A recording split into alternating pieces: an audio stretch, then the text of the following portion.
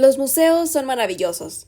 Los más antiguos parecen espacios congelados en el tiempo. Los más modernos, en cambio, nos sorprenden con nuevas formas de contar historias, invitándonos a mirar el pasado o incluso nuestro presente desde perspectivas inesperadas. Pero existe un lugar donde ambas ideas convergen de una manera extraordinaria. Un sitio donde algunos de los museos más importantes del mundo comparten espacio. Pero cuando te digo que comparten espacio, no me refiero a que estén en una misma calle o mucho menos en un mismo edificio, sino en una pequeña isla exclusivamente conformada de museos.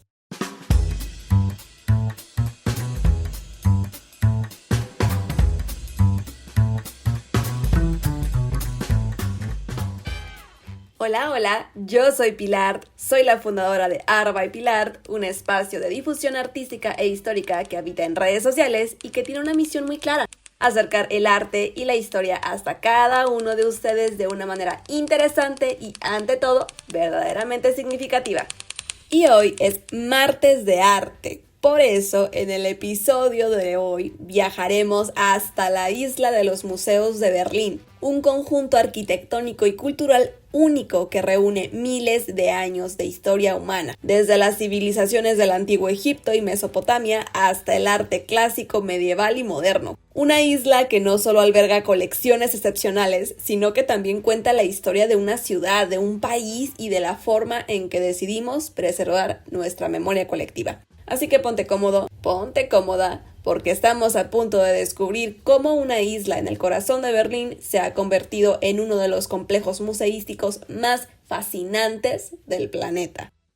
De inicio, cabe mencionar que esta isla, ubicada en el centro de Berlín, a orillas del río Spree, no fue concebida como un distrito museístico. Durante siglos, la parte norte de la isla estuvo ocupada por edificaciones residenciales y espacios vinculados a la vida urbana de la ciudad. Pero el gran cambio llegó en 1841, cuando el rey prusiano Federico Guillermo IV decidió destinar esta área al desarrollo del arte y la ciencia. Su visión era ambiciosa, pues desde el inicio planteó crear un espacio donde las colecciones reales pudieran ponerse al servicio del público para que se convirtieran en una herramienta de educación y de conocimiento. A partir de entonces, distintos monarcas de Prusia impulsaron la construcción de museos y el crecimiento de las colecciones artísticas y arqueológicas del reino. Con el paso de las décadas, la isla se transformó en un extraordinario conjunto cultural que reunía objetos provenientes de las antiguas civilizaciones de Egipto, Grecia, Roma y Mesopotamia, así como importantes obras del arte europeo. La historia de la isla, sin embargo, no estuvo exenta de dificultades, porque tras la caída de la monarquía alemana en 1918, las colecciones pasaron a ser administradas por una fundación pública dedicada a preservar el patrimonio cultural prusiano. Décadas más tarde, durante la Segunda Guerra Mundial, los edificios sufrieron graves daños, muchas salas quedaron destruidas y parte de las colecciones tuvieron que ser evacuadas o trasladadas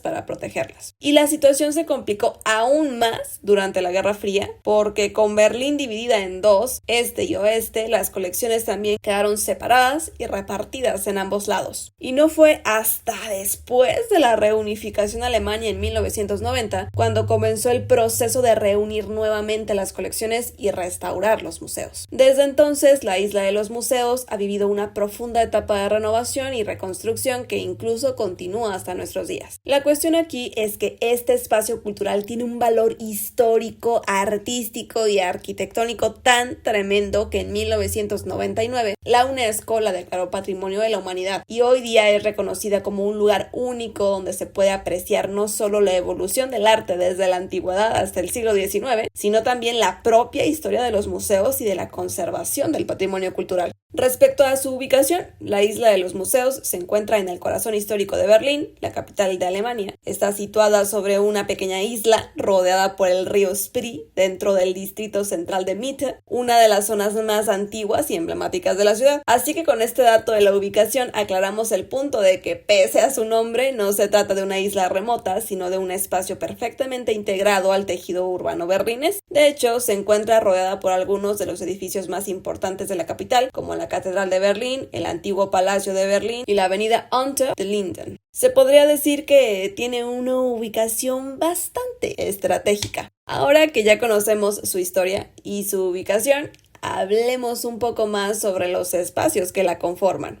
Comencemos por el Alte Museum, que traducido del alemán sería el Museo Antiguo, y este fue el primer museo del conjunto, fue inaugurado en 1830 y pues se considera como el primer museo público de Prusia y además el edificio que dio origen a toda la isla de los museos. Mencionarlo desde el inicio es interesantísimo porque la idea con la que nació este museo era muy revolucionaria y novedosa para la época, porque planteaba que las colecciones reales dejarían de ser privilegio de la nobleza y pasarían a estar disponibles para la educación del público. Este museo diría que es tal cual nos vendieron que se debe ver un museo, una imponente edificación del neoclasicismo alemán, que solo para puntualizar, el neoclasicismo fue una corriente que buscaba recuperar la belleza y los ideales de la antigua Grecia y Roma, y por eso nos topamos de inicio con una fachada monumental formada por una larga columnata de 18 columnas jónicas que recuerdan a los templos de la antigua Grecia. Y luego entras al recinto y te topas con uno de los espacios más impresionantes de la isla, que es una gran rotonda central inspirada en el Panteón de Roma. Todo esto con la intención de que los visitantes experimentemos una sensación casi ceremonial al ingresar al museo, como si el arte antiguo fuera una especie de patrimonio sagrado de la humanidad. Y ahí está la clave, porque el Altes Museum o el Museo Antiguo está dedicado a las civilizaciones clásicas del Mediterráneo, Grecia, Roma y los etruscos. Pero el Museo Antiguo no es simplemente una colección de objetos antiguos, es un recorrido por el nacimiento de la civilización occidental. En él encontramos las primeras esculturas griegas, como la llamada diosa de Berlín, que proviene de una etapa crucial en el nacimiento de la escultura griega.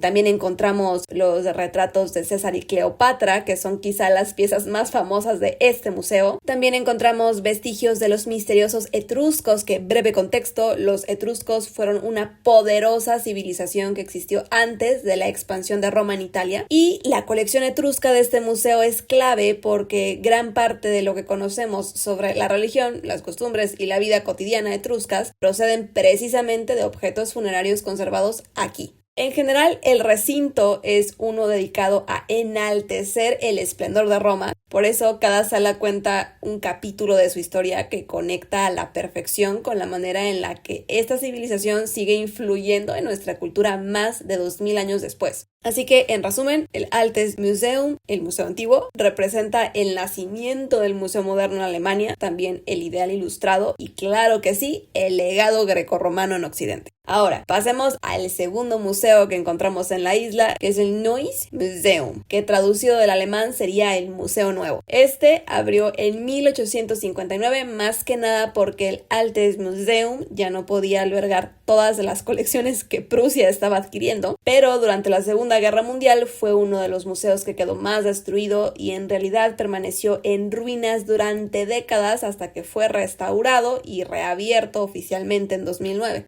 La diferencia con el Museo Antiguo, que se centra en Grecia, Roma y los etruscos, es que el Museo Nuevo presenta un viaje aún más amplio, desde el Egipto de los faraones hasta los primeros vestigios europeos. De hecho, aquí se encuentran algunas de las piezas arqueológicas más famosas del planeta y además se encuentran divididas principalmente como en tres grandes colecciones. La primera es el Museo Egipcio y la colección de papiros, la segunda es el Museo de Prehistoria e Historia Temprana y la tercera es una selección de antigüedades clásicas. Pero, sin dar rodeos, sin entrar en discusiones, el busto de Nefertiti es el vestigio más famoso e importante de este museo. Nefertiti fue la esposa del faraón Akenatón y se calcula que el busto fue realizado hacia 1340 a.C. durante el periodo de Amarna. Yo sé que esta no es clase de historia egipcia, pero lo ocurrido en el periodo de Amarna es interesantísimo y nos ayuda a entender la relevancia del famoso busto de Nefertiti. Resulta que el periodo de Amarna fue un breve pero radical periodo protagonizado precisamente por el faraón Akenatón y su esposa Nefertiti. Durante este tiempo ambos prohibieron el culto a los dioses tradicionales para imponer por primera vez en la historia una religión monoteísta basada en la adoración exclusiva de Atón. Para consolidar esta ruptura y arrebatarle el poder al antiguo clero, el rey abandonó la capital tradicional y fundó desde cero una nueva ciudad en el desierto llamado Amarna. Y esto impulsó además una transformación artística sin precedentes que rompió con la rigidez milenaria del arte egipcio, que además nos dejó un legado artístico tremendo, ¿no? Sin embargo, este decreto no sobrevivió y a la muerte de Akenatón, su sucesor, Tutankamón, restauró el orden tradicional, devolvió el poder a los antiguos dioses y abandonó la ciudad, sepultando a Amarna en el olvido hasta su redescubrimiento arqueológico. Ahora, a estas alturas quizá te preguntes, ¿cómo es que el busto de piedra caliza de Nefertiti llegó a Berlín? Pues porque el busto de Nefertiti fue descubierto por una expedición arqueológica alemana en Amarna en 1912, y tras el reparto oficial de los hallazgos, la pieza pasó a manos alemanas. Después fue llevado directamente a este museo, el Neues Museum, el Museo Nuevo, en 1913, donde prácticamente ha permanecido hasta la actualidad. Ahora, otra pregunta un poco más picante. ¿Y por qué no lo han regresado a Egipto si constituye una de las creaciones más importantes de la historia egipcia? Bueno, esta pregunta ya cae más en el terreno de la geopolítica, la diplomacia y el tan presente debate ético sobre el patrimonio histórico que vive tan intensamente en la actualidad. Un dilema que, por cierto, comparten muchos de los grandes museos del mundo. Hablar de restitución o conservación del patrimonio en los museos es un tema interesantísimo que arrastra sí su buena dosis de polémica, pero al mismo tiempo lo considero necesario porque hay mucho más que solo objetos antiguos detrás de estas discusiones. También hablamos de memoria, de identidad, de historia, de poder, de responsabilidad cultural y de las distintas formas en que nos relacionamos con nuestro pasado. De hecho, si te gustaría que se dedique un episodio a este tema, cuéntamelo en comentarios. Creo que sería un episodio que nos invitaría a reflexionar profundamente sobre quién cuenta la historia, quién la preserva y quién debería custodiar los vestigios de nuestro patrimonio común. Te leo, ¿va? Volviendo al acervo del Museo Nuevo, otro hallazgo importantísimo aparte del busto de Nefertiti son las cámaras funerarias del Imperio Antiguo, porque resulta que el museo conserva 3 cámaras funerarias completas procedentes del reino antiguo egipcio, que también nos permiten conocer con detalle la riqueza de las creencias funerarias de esta civilización. Otro objeto que también considero impresionante es el sombrero dorado de Berlín, que es un artefacto de la Edad de Bronce, hecho de fina hoja de oro. Imagínate un sombrero de casi 80 centímetros de alto en oro, una chulada. Y me encanta porque a la fecha es uno de los objetos más misteriosos del museo, comenzando porque solo se conocen 4 y este es el mejor conservado. Además, resulta que los investigadores no tienen certeza de su origen o uso. Se suele suponer que los sombreros servían como insignia de deidades o sacerdotes en el contexto de un culto, aunque también se sugiere que cumplían funciones astronómicas y calendáricas. La bruma de misterio sigue rondando este objeto, por eso me parece tan fascinante. Ahora, el tercer museo que encontramos en la isla es el Alte National Gallery, que en español sería la Galería Nacional Antigua. Esta fue inaugurada en 1876 para albergar la creciente colección nacional de arte alemán y europeo, y su edificio parece un templo clásico coronado con una escalinata monumental, y creo que, si me lo preguntan, arquitectónicamente hablando, pero también por el acervo, este sería mi favorito. Su estructura es particularmente interesante porque no fue concebida simplemente como un museo, sino como un auténtico templo del arte. Y es completamente coherente con su contenido porque cuando ingresas te topas con un acervo de arte europeo del siglo XIX que es un sueño. Romanticismo, realismo, impresionismo, simbolismo, pinturas de Caspar David Friedrich, Boclin, Claude Monet, Renoir, Adolphe Menzel. El paraíso de los amantes de la pintura. Es una pinacoteca, es decir, un museo o galería dedicada principalmente a la exposición y conservación de pinturas, aunque puede incluir otras obras artísticas, cabe aclarar. Y diría que es un lugar idóneo para comprender la evolución artística europea durante el siglo XIX y también el nacimiento de la sensibilidad moderna. Después encontramos el cuarto museo de la isla, que es el Bode Museum, inaugurado en 1904 bajo la dirección del historiador de arte Wilhelm van Bode, de ahí el nombre del museo. Y además este museo nace con una idea súper innovadora, que era mezclar pintura, escultura y artes decorativas para que el visitante entendiera cada época de forma integral. Es por ello que en este museo se pueden encontrar esculturas europeas muy diversas, arte bizantino y hasta numismática, que por cierto, la numismática es el estudio de monedas y billetes y este museo posee una de las mayores colecciones de monedas del mundo. A diferencia de la Galería Nacional, permite seguir casi 1000 años de evolución del arte europeo desde la Edad Media hasta el Barroco, desde un prisma integral, es decir, desde la multidisciplinariedad, pintura, escultura y artes decorativas, lo que resulta en una experiencia visual y cognitiva riquísima. Arquitectónicamente también es impresionante, se caracteriza mucho por su cúpula marrón y su ubicación en el extremo norte de la isla de los museos, rodeada por las aguas del río Esprit, lo que le da una apariencia como de castillo emergiendo del agua. Y dentro, algunas de las piezas más emblemáticas que viven en este espacio está la Pazzi Madonna de Donatello, que es una escultura de relieve en mármol que representa a la Virgen con el niño en brazos. También ahí se encuentra una de las colecciones más importantes fuera del Mediterráneo oriental que incluyen sarcófagos paleocristianos, iconos bizantinos, marfiles tallados, esculturas procedentes del Imperio Romano de Oriente y bueno, lo que ya te había contado, una de las colecciones numismáticas más importantes del mundo que conserva más de 500,000 de monedas, medallas y objetos monetarios que abarcan desde el siglo VII a.C. aproximadamente hasta nuestros días. Y por último, pero no por ello menos importante, entramos al último museo que encontramos en la isla de los museos, que es el Pergamon Museum, que en español sería el Museo Pérgamo. Este es el último en nuestra lista porque también fue el último en ser inaugurado en el año de 1930 para albergar monumentos arqueológicos que por su tamaño no cabían en ningún otro museo. Y aquí encontramos algunas de las piezas más impresionantes jamás trasladadas a un museo, como el altar de Pérgamo, procedente de la antigua ciudad griega de Pérgamo, que hoy día es la actual Turquía, que fue excavado por arqueólogos alemanes entre 1878 y 1886 y fue transportado en fragmentos hasta Berlín y luego reconstruido nuevamente piedra por piedra dentro del recinto. También encontramos la puerta de Ishtar, procedente de la antigua ciudad de Babilonia, de alrededor del año 575 a.C. De igual manera, los arqueólogos alemanes la excavaron a comienzos del siglo XX y la reconstruyeron en Berlín. Y por cierto, es uno de los testimonios más extraordinarios que conservamos de la civilización mesopotámica.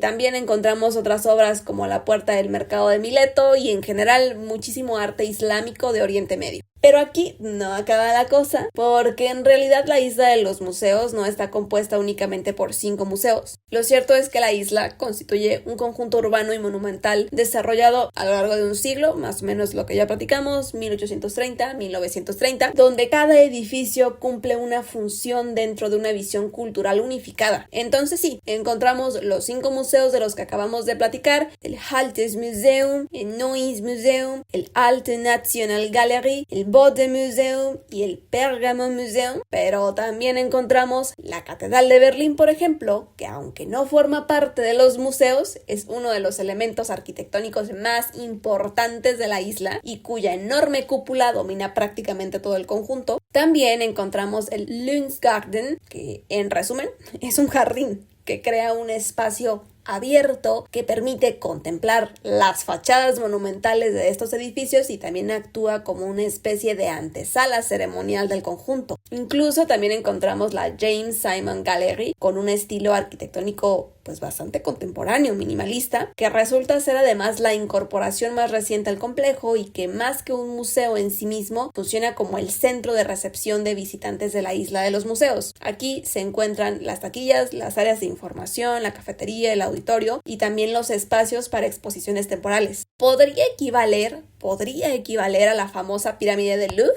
pero con funcionalidades quizá un poco más amplias.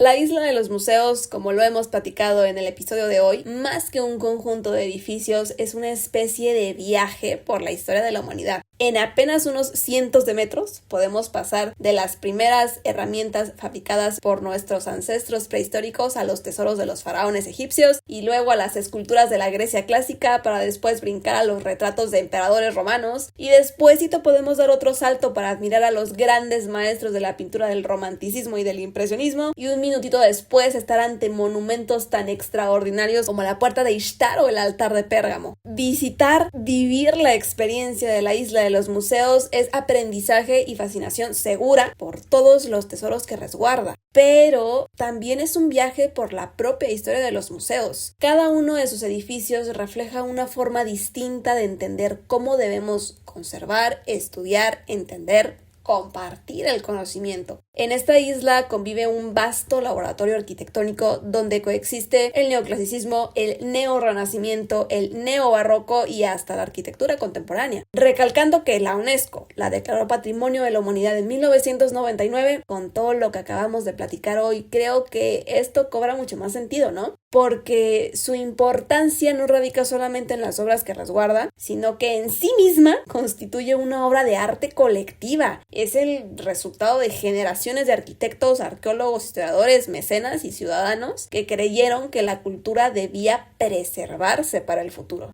Al final, la isla de los museos no nos habla únicamente de Berlín, ni de Prusia, ni de Alemania. Más bien nos habla de algo mucho más grande, de la necesidad profundamente humana de recordar quiénes fuimos, de comprender quiénes somos y de preservar aquello que decidimos legar a quienes vendrán después de nosotros. Porque los museos fueron concebidos para ello en su esencia más pura, aunque actualmente diría que son mucho más que eso. Pensando en esta idea, si te gustaría que dediquemos un episodio en particular a el museo como institución, que de antemano te digo que es un tema interesantísimo, cuéntamelo en comentarios. Pero por el momento, hasta aquí ha llegado nuestro episodio del día de hoy. Cuéntame si te gustaría que dediquemos más episodios para hablar de la historia y acervo detallado de algún museo en particular. Siempre los estoy leyendo en el apartado de comentarios y por hoy me despido, no sin antes recordarte que el arte no es aburrido, la historia del arte bien contada es el chismecito más sabroso del mundo y quien diga lo contrario, miente. Yo soy Pilar, este fue el chismecito artístico y aquí termina nuestro episodio número 12. Hasta el próximo martes.